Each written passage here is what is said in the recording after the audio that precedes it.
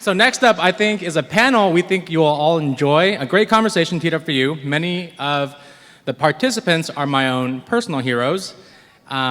We like to say that there are people in this work who pave the way for others to come up, and this is that group of folks who will share their wisdom and about their experiences.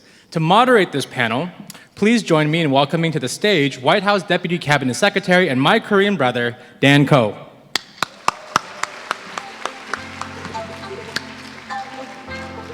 Thank you, Phil.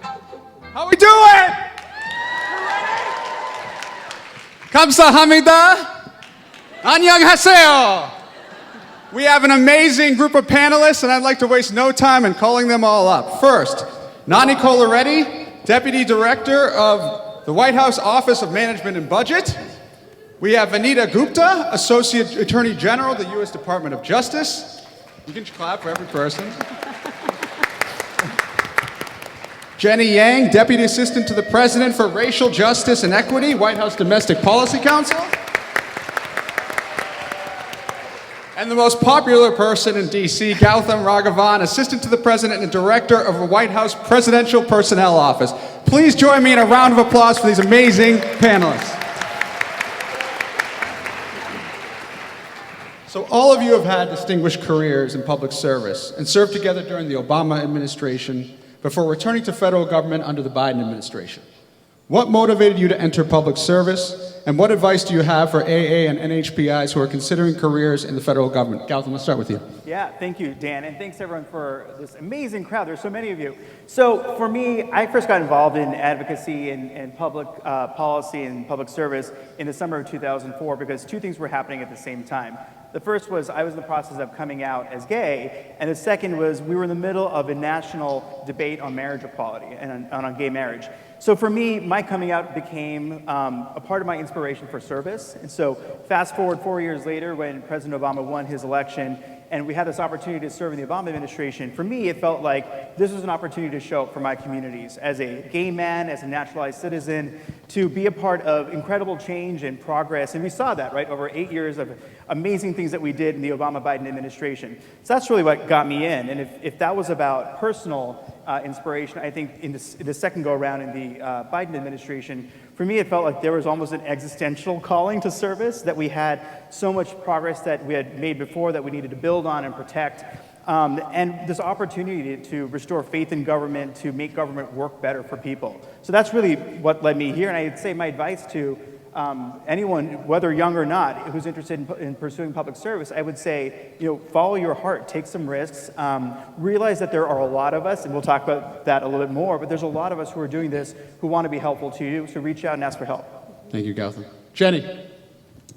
Well, I became interested in issues of equal opportunity really because of my mother, and it goes back to her experience of discrimination at work.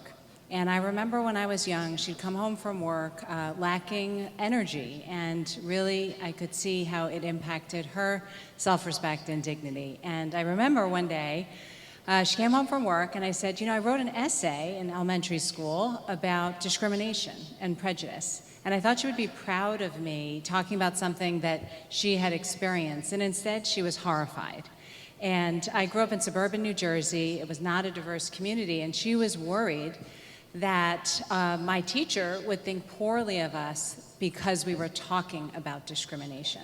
So I learned from an early age that discrimination was something that could impact people deeply, their self-worth and dignity, but for some reason you weren't supposed to talk about it. So that really inspired me to figure out, how do we actually work to change that?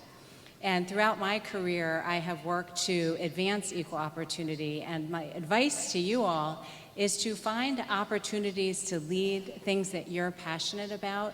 I remember helping to organize the National Asian Pacific American Women's Forum, and I reached out to Kiran Ahuja, who I just met at DOJ, who you all just saw, and asked her to join me. And we built a strong network of women who were passionate about advancing equality for our community, and we have been lifelong friends and advisors for each other. So that would be my key recommendation, is find other people and lead things that you care about. Thanks. Thank you, Jenny. Vanita.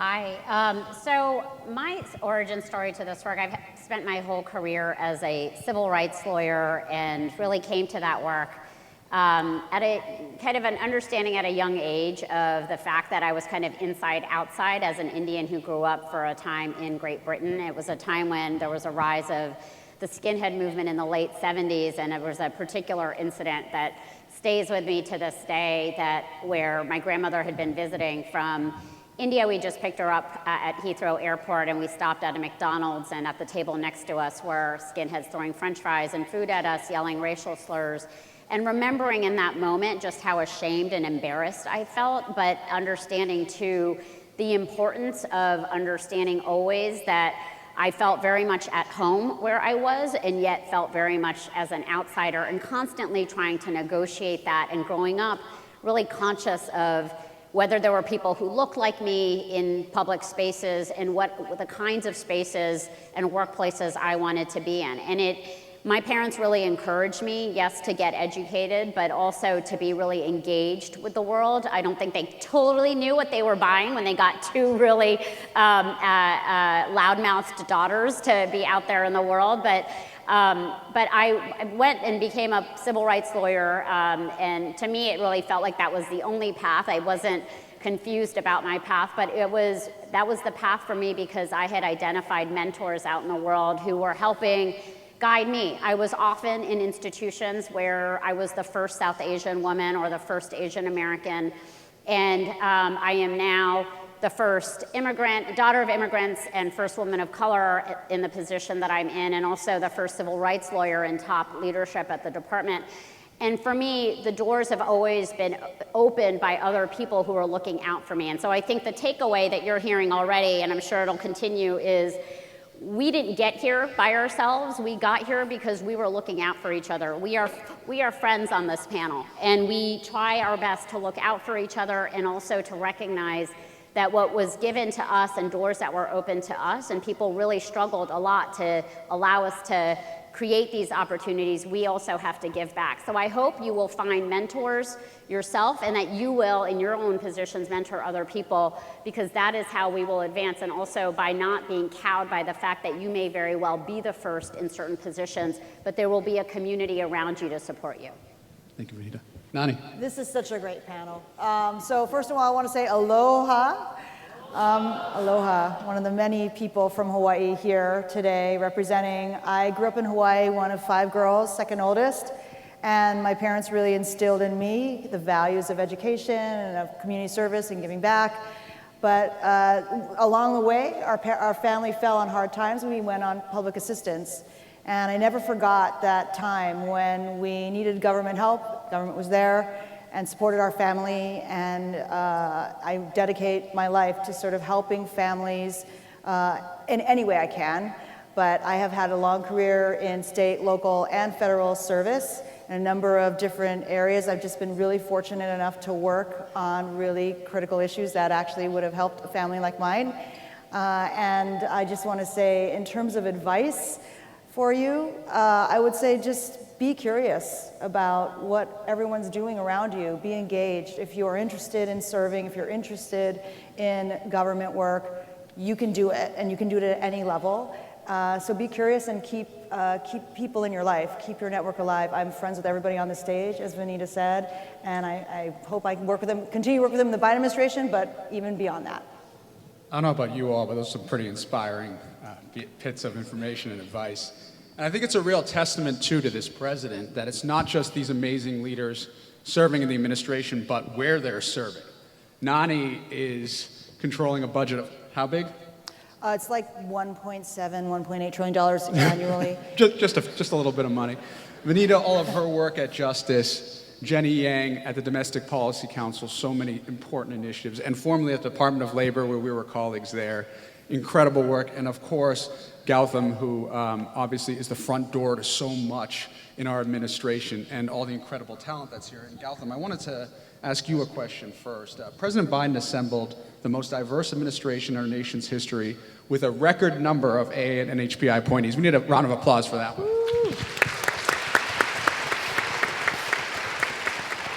And you famously say, and you have the pin on, people are policy. Have a pin? So could you share how PPO has been cultivating a federal workforce that reflects the diversity of this country and why this representation is so important? Yeah, and let me just underline, stomp, whatever term you want to use, the progress we've made to build, as you said, the most talented and diverse administration in history. Over half of our appointees are people of color, 57% are women, I mean, that's awesome, 14% are AA and NHPI, and when I say AA and NHPI, I really mean all parts of the community. We've built an incredibly diverse community here. And look, I think, in terms of how it's happened, first, I will say exactly what you said, Dan, which is to give the president credit. You know, going back to the campaign and in the earliest days of the administration, he said to us, build me an administration that looks like America, and he meant it. And because of his leadership, he gave us permission to sort of run at it, right? To take on this goal of how do we intentionally recruit, bring on people from communities all across America,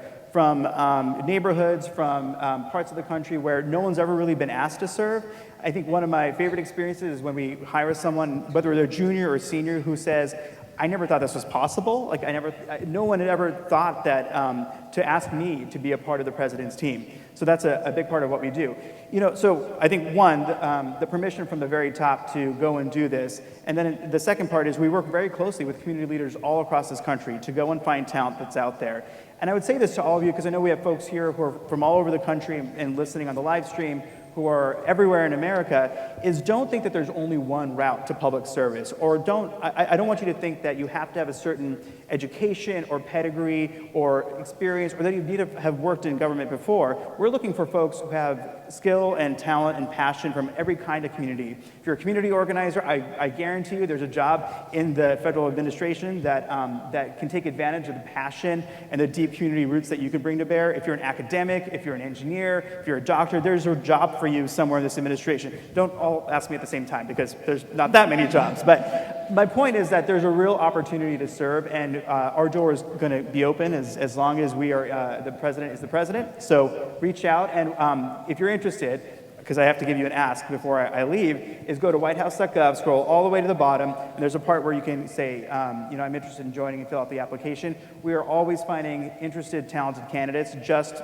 by virtue of having filled out the application online. So you don't need special access or an in or a relationship.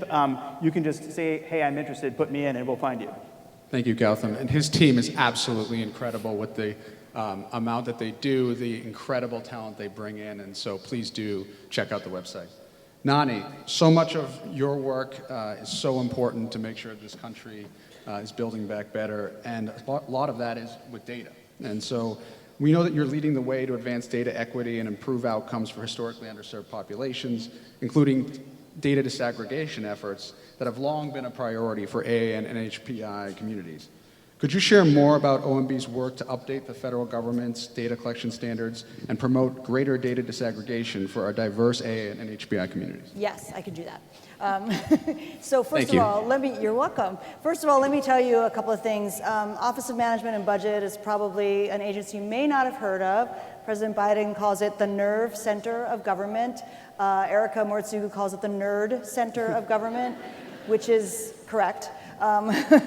We don't just work on the budget. We also work to manage across the entire federal space and also do regulatory actions and review regulations of significance. And we also work on statistical policy. And so that's what we're really talking about when we talk about data disaggregation. And so one thing that we think about a lot in this work is that you can't really serve people well unless you can see them. And particularly with the AA and NHPI community, when you lump the entire community together, you really can't see differences. So this really struck out at me when I looked at this data. If you look at the cancer rates for all AA and NHPI, the entire community, that rate is lower than non-Hispanic whites. However, when you disaggregate, you'll notice that the liver cancer rate for Laotian people is 9 times the size of the liver cancer rate of non-Hispanic whites. So that is how important it is. We have agencies that work on these issues, and they need to understand what this data is showing and how to serve the community better. And so we co-chair the Equitable Data Working Group. And it developed a vision for equitable data to ensure that the statistical system, and there's 13 agencies that collect data, is efficient and effective in serving communities and accurately captures the diversity of the American people. And so one key practice to do this is to make disaggregated data the norm. And if you were here earlier today, there was a whole breakout session on this that had all of our best people at it to talk about disaggregated data. And I talked to someone who was on that panel who works with me. He said that his take on this is that we've done a lot and we still have a lot more to do. So OMB recognized that this is really important, and we are updating something called Statistical Policy Directive 15, SPD 15. And this is a policy directive that governs the standard for collecting federal data on race and ethnicity. And it's a crucial step in this process and involves incredible amounts of public input. So we have an interagency working group on this and have set up listening sessions and are aiming to make this policy update in a way that is responsive to the community. And so you can actually visit spd15revision.gov if you want to follow the progress on this, and we're aiming to update this by next summer. And that's what we'll be doing over the coming months, is sort of going through all of the public comment we got. But we're actually not waiting to take action on this. OMB has already, through the Diversity, Equity, Inclusion Action Plans, put out a call for agencies to actually voluntarily start to disaggregate their data, and they are already doing so.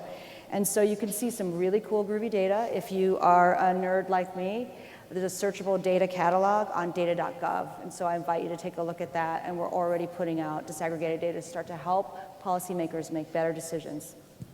Incredible work, and I think a lot of us would be excited to cut through a lot of that data, so you're not the only nerd in this room, I think. Now. Thank you. And talking about data and equity and how important that is, you know, Jenny, I was so lucky to work with you at the Department of Labor and candidly learned so much from you there, and we're so lucky now that you're at the White House, and equity is actually part of your title. So the President has prioritized this since day one. And so I'm curious for you, talk about the work that you're doing leading DPC and how AA and NHPI communities fit into the administration's broader equity agenda. Well, thanks so much, Dan. It's great to see your leadership here at the White House and to be a part of that. This is just my first month on the job, but I have been inspired by the incredible work going on across the government that is advancing equity. I served as chair of the Equal Employment Opportunity Commission in the Obama administration, and I can say that President Biden's day one commitment, issuing an executive order to advance racial justice and equity, and calling on our entire government to center this work as part of what they do every day, has made a tremendous difference. What we know from the employment organizational change space is that leadership at the top matters. And as Gautam said, having a president and a vice president committed to advancing equity in everything we do is paying off for all of our communities.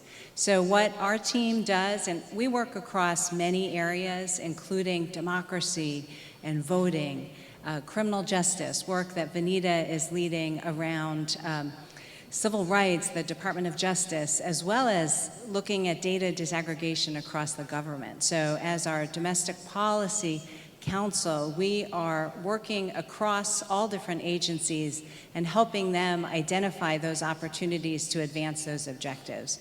So our team has been working with some of our largest agencies around the government, talking about strategies to advance data disaggregation and share some of the best practices and lessons learned across our agencies so that we can better understand and serve the needs of the very diverse community that you all represent here today, and all of you dialing in do as well from around the country, because we know the needs are different, and it's important for us to understand across the country and in different communities how we can best serve all Americans. And that's critical, whether it's language access and whether it's responding to hate that has left many of us feeling vulnerable and afraid. And to know that we have departments, agencies, dedicated staff from around the government addressing hate addressing strong civil rights protections across employment, housing, bullying in schools, and education. And we want the community to know that we're here for you, and we want you to know how to access the work that we do, and we want to hear how we can do it better, because we know there is always more that we can do to meet some of the greatest needs of the community. And there's no more important time than now. What really motivated me to come and join this effort is because it will take all of us, not just our whole of government approach, but all of society to come together in a cross-community, cross-racial effort to bring our nation together. We know there are many forces out there seeking to divide us, and it's critical that across all of our policies, we are all represented. We're listening and we're coming together to advance solutions that will serve all Americans. So I look forward to working with you in that effort. Thank you. Thank you.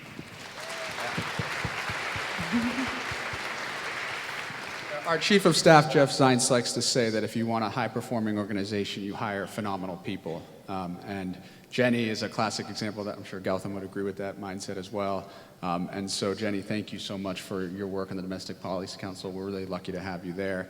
And representation is so important, as you say.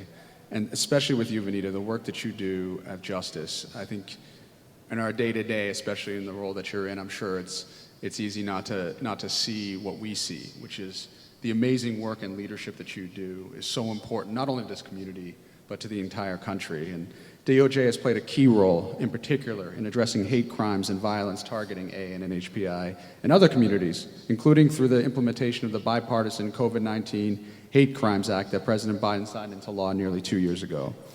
What are some of the federal resources available to communities impacted by hate, including any programs or funding opportunities that may be of interest to this audience? Sure.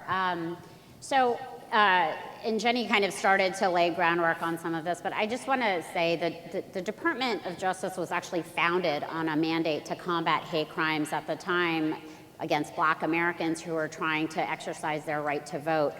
And that history of combating hate, the early prosecutions of the Justice Department were aimed at holding accountable Ku Klux Klan members that were basically inhibiting and killing using violence to suppress the right to vote by Black Americans. And that tradition, unfortunately, has continued because we continue to see a problem with hate in this country, and it remains a top priority. I will just say I was at the bill signing for the legislation that you mentioned, and it was such an important moment because after years of the AA and NHPI community really experiencing and kind of hearing about it, reading in the news, the acts and increase in violence, to have a federal government, Congress, and the president and work together to say this is wrong was a very powerful thing, and the work to actually implement that legislation and other anti-hate legislation is work that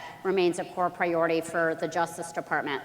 Unfortunately, between 2020 and 2021, the FBI documented an increase of close to 12% of hate crimes in this country, but it was particularly acute for Asian Americans, Native Hawaiians, and Pacific Islanders, where the anti-Asian hate crimes rose by 167%. I mean, this was a very significant increase. And we are still dealing with underreporting on these issues, which is one of the things that we are working on at the Justice Department. We have a lot of levers. We've had a number of important prosecutions to hold accountable those who are committing these acts of hate. But of course, enforcement is only one piece of this puzzle. We know that the type of hate that can kind of result in violence later sometimes starts in our schools with bullying and kind of polarization that can take root in young people's lives, and the work that we need to do to really create environments where people are coming together and dealing and tackling with these issues is important. But the Justice Department, through the legislation, has been able to have a lot more funding to go to support community-based organizations. I think probably a lot of you may be working with them or are working in them, and we know that for the most vulnerable communities that are impacted by hate, they may be too afraid to talk to the police, or they may not even want to identify themselves as victims or witnesses to hate incidents and hate crimes. And having trusted community-based organizations and leaders be the kind of at the receiving end of this information and be able to get law enforcement engaged is really important. We've also been training law enforcement to better identify and recognize and have best practices in how you interview vulnerable people who may have more longstanding histories of distrust and need to have sensitive, culturally appropriate interview styles as well. But these grants, we need to get the word out because we have more funding available to help support community-based organizations in this space. We've also been helping to create greater access to hotlines that can receive this information, again, for communities that may not feel like they have a way in to call the police or the FBI. And so we've been helping to expand access to hotlines in the states, and helping support states do this work of having anti-hate hotlines is actually an important tool. We've been working on data collection that remains always important. There's a vast underreporting still of hate crimes, and that's a real problem in this country. Data brings money, as we just heard from Annie, and so we need to be able to do a better job of both getting reporting in and being able to report out what is actually happening in the country. We also have a community relations service, and I know Justin Locke, I think, is here today, the head of our community relations service that helps go into communities. When I'm talking about schools, do mediation services to help kind of diffuse tension. We know them as America's peacemakers, and it's a really important function. But we can't do any of this work when people don't feel like they can even understand or access the benefits and programs we're providing. So we've been expanding language access, which is a really important thing I know for our communities, and it is something that has been administration-wide. So these are just some of the many levers that we have at the Justice Department. But to Jenny's point, I think we want to make sure that people know what resources are out there so that our communities can feel protected. That is what equal protection under the law really means, and we take that mandate incredibly seriously, but we can really only do that in partnership with all of you, with community leaders that are going to be working in communities that may be the most vulnerable to this type of thing. And I think we are making enormous progress, but that is a testament to the work that all of you are doing. Vinny, I think I speak for everyone here when I say that the work that you do, the partnerships that you've been able to forge, not only are so empowering to the people in this room and to this country, but are helping people and saving people's lives. So thank you so much on behalf of all of us for all your work. We're almost at the end of our panel. So as we close out our panel, I'd like our speakers to summarize in 1 or 2 words what you hope our community will take away from today's event. So I'll start with Jenny. Okay, I have more than 2 words because I see we have a few minutes, but it is. The message of respect and human dignity is stronger than hate and division. Gautam. Oh, wow, you're brief. Round of applause. I have 2. So the first is power, right? I hope for more events, occasions, meetings like this, where you can look around and just be inspired by each other and sort of realize what our communities are capable of doing together. The second word that I want to share is the one that the president uses the most frequently to describe the meaning of America, what's so powerful about America, and that word is possibility. And I hope also the message of the day that you all take away is how much we are all capable of doing, and that there really are no limits to where our community can go. And I hope the message you take from this panel specifically and from the colleagues that you heard in the last panel is that when it comes to public service, that there are so many opportunities and possibilities for all of us. And the thing that I feel every day is just the honor of being a part of an administration where we are welcome and wanted and valued, not in spite of who we are, but because of who we are. Sorry, that was longer, Jenny. That was great. Benita. I would say motivation and action. And I say those words because I think it's easy sometimes to be sucked into despair or cynicism. And there is no greater antidote to public service and empowerment than despair and cynicism. And I actually think despair and cynicism is like a privilege of the privileged, and that we all have a duty to give back. And the only way and the only thing that has ever made a difference in this country, and we've had a long history from slavery on, has been that good people, young people, men and women have refused to give in to despair and cynicism and have aspired to create a more perfect union. And that is what we all every day aspire to do. We have good days and we have bad days, but being able to be motivated and motivated to act, I think is the thing that drives us all in this common purpose. Nani. I would say serving others. There's no higher calling in my mind than public service, but there are lots of ways to serve others, to serve your community, to serve each other, to help someone out, to be a leader by serving others and by organizing and helping people do things together, do really hard things together, as Vanita was saying. So that would be my 2 words, serving others. Thank you. As a citizen of this country, just hearing such amazing, talented people talk about this and knowing what they do for our government, isn't this pretty amazing? Can we have a round of applause for these guys?